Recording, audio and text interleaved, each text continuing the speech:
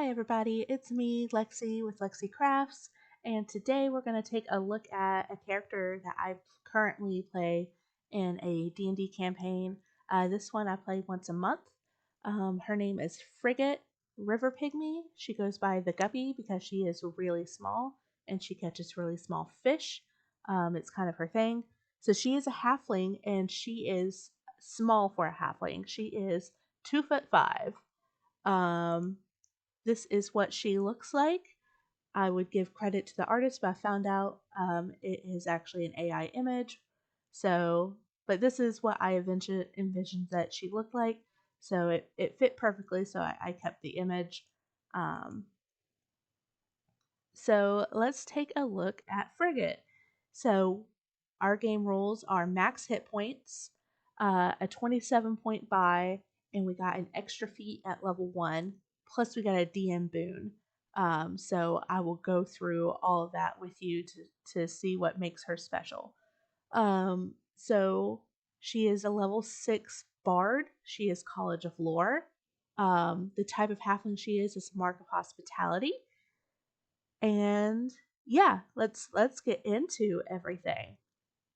So attacks, I've got a dagger and a javelin, which we have attached a rope to call it a harpoon because she is a fisherman, and a net. So yeah, she's a quirky little character.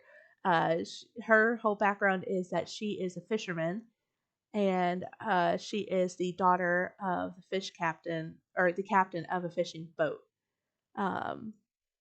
And she is supposed to get married to another halfling named Staffordshire Oatcake, and he is a fat halfling from a different area that their families wanted to join to be like the best like commerce family. Um, So it's real fun. Frigate and Staffordshire do not want to get married. They're close friends and have been friends for a long time, but they're not like romantically uh together. So they're just like they went on this adventure to the place that our campaign started to kind of be like, hey, it's too dangerous, family, don't come here. We can't get married right now because the position we're at is very dangerous. And the first thing Frigate did is join the military, because it's the best way to get civilian status, and that makes it cheaper and easier to run a store because Frigate and Staffordshire really want to own their own like restaurant called uh, Pygmy Cakes. So that is what they want to do together is just run a restaurant. Um, so I can use Counter Charm, which I haven't needed to use just yet. As a bonus action, I can Healing Word and Mass Healing Word, plus Bardic Inspiration.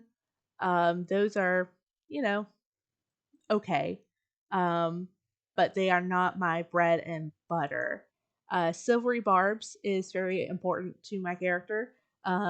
Basically, I buff before combat, heal outside of combat, and I debuff the enemies. That is where my specialty lies. I haven't used Cutting Words yet, but I am going to soon. Just because I don't really use my bardic inspiration as much as I should. Um, so for other stuff that I can do, so I took the feat Chef because outside of combat, if we, I like to heal outside of combat because I feel like that is the best action economy that you can have. Um, so with Chef, as part of a short rest, I can cook food for 7 creatures, and during that short rest, if you respend one of your hit die to regain hit points, you get an extra 1d8 hit points. Now, as a bard, I also have Song of Rest, which says that as part of a short rest, I can sing or play an instrument, and I can heal creatures for an extra 1d6 if they regain, if they spend one hit die or more. So if you are eating my food and you're listening to my Song of Rest, which my DM has said that I can sing while I cook, as long as we take the full short rest, then you regain 1d8 plus 1d6 plus your hit die in hit points, which is really, really good in my opinion. It makes it to where we don't waste healing as much, and we have a druid with good berry as well. I can also, as a bonus action, not as a bonus action, as a bonus action, you can eat one of the treats I make, but I can make treats that I can cook 3 of them per long rest, and they last for 8 hours. And when you eat one, you get 3 temporary hit points. So that's pretty cool. The other feat I took is Inspiring Leader.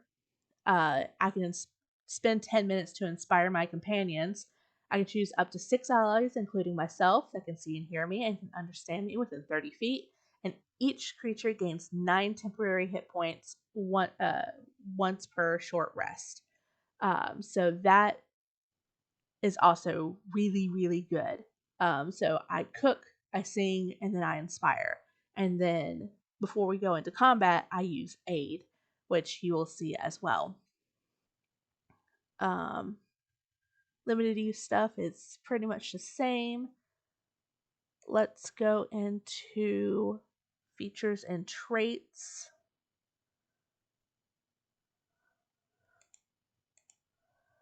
Okay, so as a halfling, I have lucky, which I'm a bad halfling, and I forget that I have this occasionally. So I just forget to reroll my natural ones. I do use my ever hospitable a lot. So whenever I'm using um, my persuasion check or any ability check that uses cook utensils, so I cook a lot, I can add a d4 to the roll. And as College of Lore, I also got 2 extra spells I could take from any class list, and so I took Guidance and Revivify. So I add an extra d4 to that for Guidance, which is really, really fun. And here's my feats. I took Chef and Inspiring Leader. I don't know what to take when I hit level 8, but that is a bridge I will cross when I get there. As her background, she is a fisherman. So I can catch, if I am near marine life, I can catch enough fish to feed myself and up to 10 other people each day, as according to a moderate lifestyle. Let's see.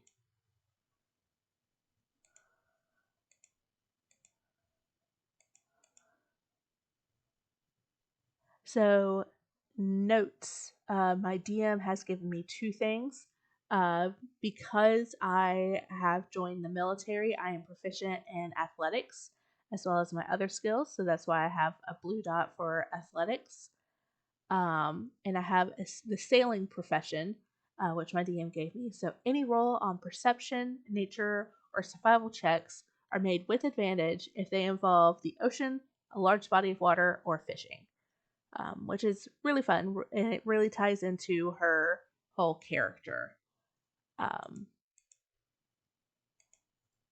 Let's go to spells.